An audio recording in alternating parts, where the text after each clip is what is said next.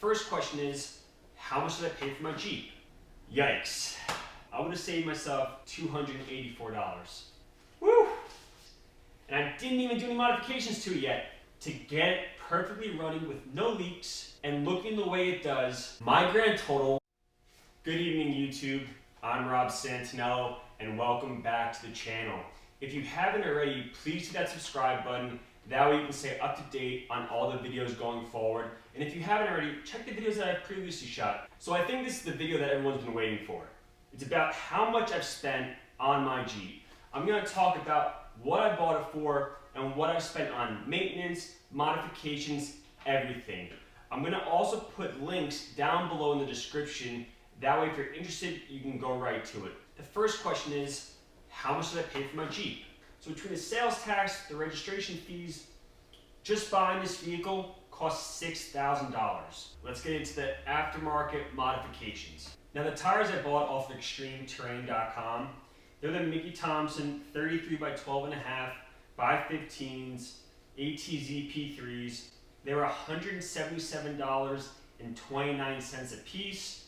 I did buy 5 of them, so it came to a grand total of $885 for the tires. So the bumper, I went with the EAG black steel front bumper with D-rings. It was a complete bolt-on. It is coated in a Raptor Rhino liner type of green material. It says it's manufactured with 3/16 rolled steel. So the front bumper costs $190. So I did buy a aftermarket rear tire carrier and bumper. This was from Red Rock 4x4. Now it also has a black coated Raptor liner, Rhino liner material, which is great. It is hitch compatible, but you cannot tow with it.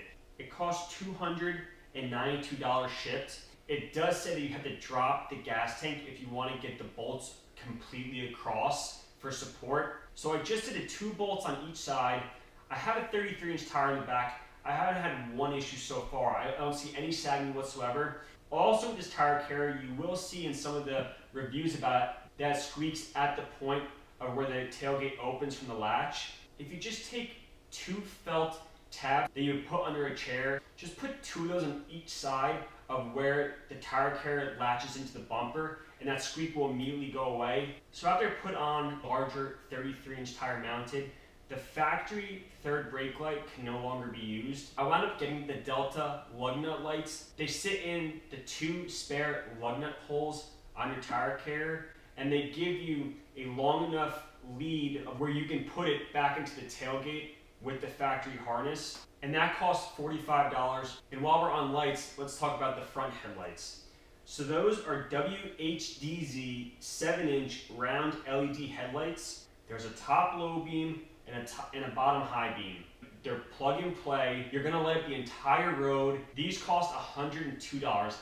And I think out of anything that was done to the Jeep, that those were the best value because you do get such an improvement from the stock headlights, and they look great. Now just to add some more accent to the headlight area, I did get a Hook Road matte black bezel trim, and those headlight bezels cost $25. I also purchased a 6-inch stubby antenna. That was $20. I then also got the Rugged Ridge plastic rocker sider panels, $54. So this is the Smitty built C-Res 2 HD Trailnet. Cost $120 from Amazon. You can still have your soft top on while still having your cargo net on, which is how I run it. So working inside of the Jeep, the most expensive thing I did was the Iggy black synthetic leather seat covers, front and rear. Altogether, that was $265. It is expensive, I know. However, they are waterproof. They also look really great. Really gives a modern look to the interior of the Jeep. So, I took out the entire interior and I did a Raptor liner. It is impact, scratch, and UV resistant, and it protects against corrosion, salt, water, and chemicals. I didn't want to have to worry about the tub of this Jeep getting rusted going forward. So having this fully coated in here, I don't have to worry about that anymore. So technically, there's 2 layers of this kit on here. they were $75 each. So that's a total of $150. When I was doing the Raptor liner, I did decide to replace some of the drain hole plugs that came from the factory. So I replaced them with just some aftermarket rubber plugs, different sizes. They're either oval or circle. So the one was $6 and the other one was $7. Is add a Rugged Ridge Dash multi-mount system. You now can put in your phone, your credit cards, your sunglasses. It gives you a lot more options, and I think for the $21 that it costs, it's well worth it. My headlight switch was no longer working, so that I bought a rebuilt one off of eBay for a total of $18. I also couldn't get the rear seatbelt assembly back in after I took it out to do the Raptor liner, so I had to buy a refurbished one off of eBay. That cost $43. I also decided to put new light bulbs all the way around the entire vehicle. That cost a total of $20. Finally, there are two other things that I have bought but I have not used yet. One is a Crown Automotive pitman arm. I do have a dropped pitman arm for this Jeep. I want to go back to the factory one. I believe the Jeep will drive much better, have less steering vibration, and bump steer. That was $50 with shipping from Crown Automotive. And I also bought a paint touch-up kit for $33 that I have not used yet. From a maintenance perspective, I did a full service at a local shop by me just to see exactly what's going on. And they did a full breakdown of everything that they felt needed to be done to it. And this was the major service. There's a part side and a labor side, so I'm gonna go one by one, the part cost and the labor cost. It was not cheap. So the first thing was the front track bar. This was a basic 4-inch skyjacker lift, so they put in a heavy duty one.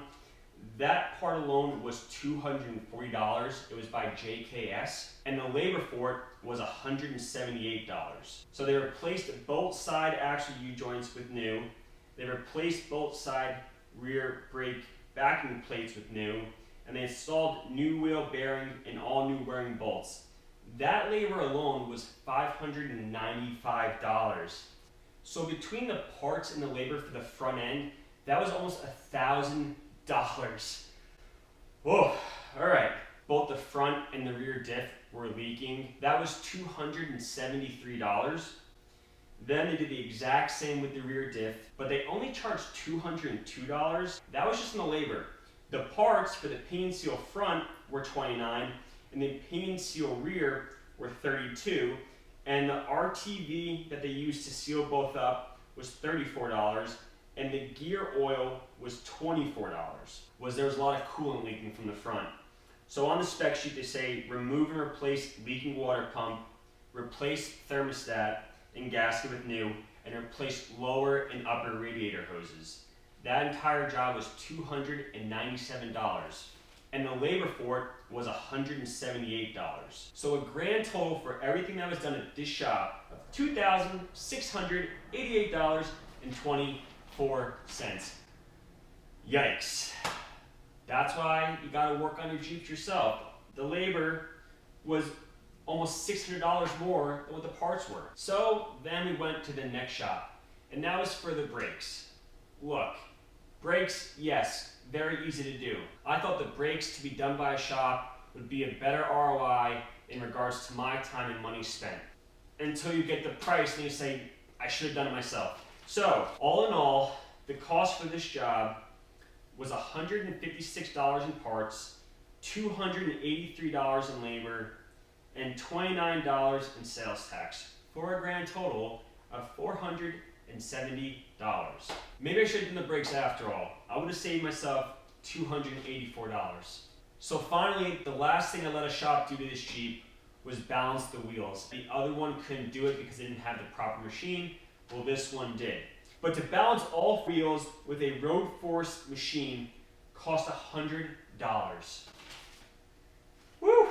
When all is said and done, to get this driving properly, no leaks, no death wobble, brand new tires from a shop, it cost $3,258.03.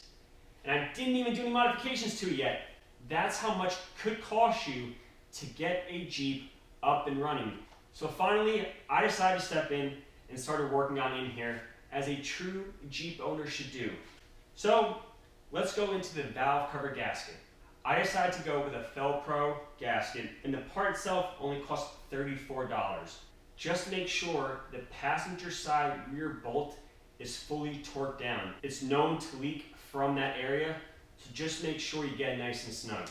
Then there was the shocks. So I went with the Rancho RS5000X gas shocks.